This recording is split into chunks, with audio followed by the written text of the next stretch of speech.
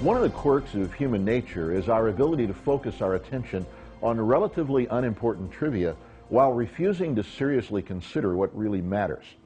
The phenomenon can take many forms, and Mary Eberstadt, a fellow at Stanford University's Hoover Institution, has offered insight into one of today's most popular forms of misguided morality.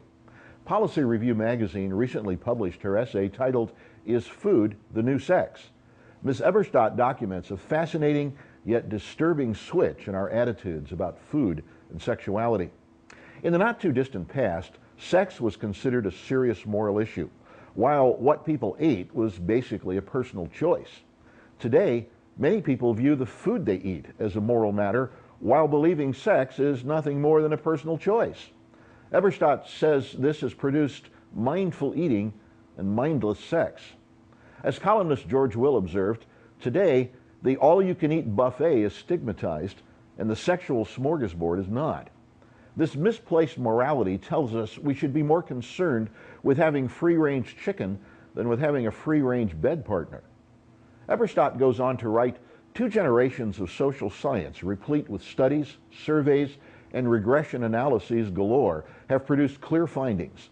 The sexual revolution, meaning the widespread extension of sex outside of marriage and frequently outside commitment of any kind, has had negative effects on many people, chiefly the most vulnerable."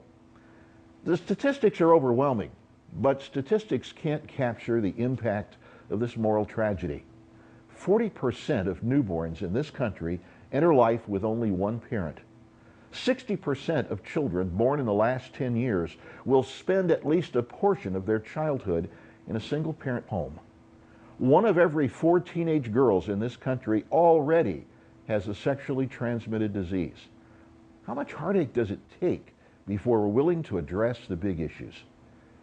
Is it true that morality should impact the food choices we make? Morality should impact every area of our lives. But does it make sense to focus our attention on painting the kitchen when the bedroom is on fire? No civilization in history has ever survived the collapse of sexual morality and the resulting destruction of the family.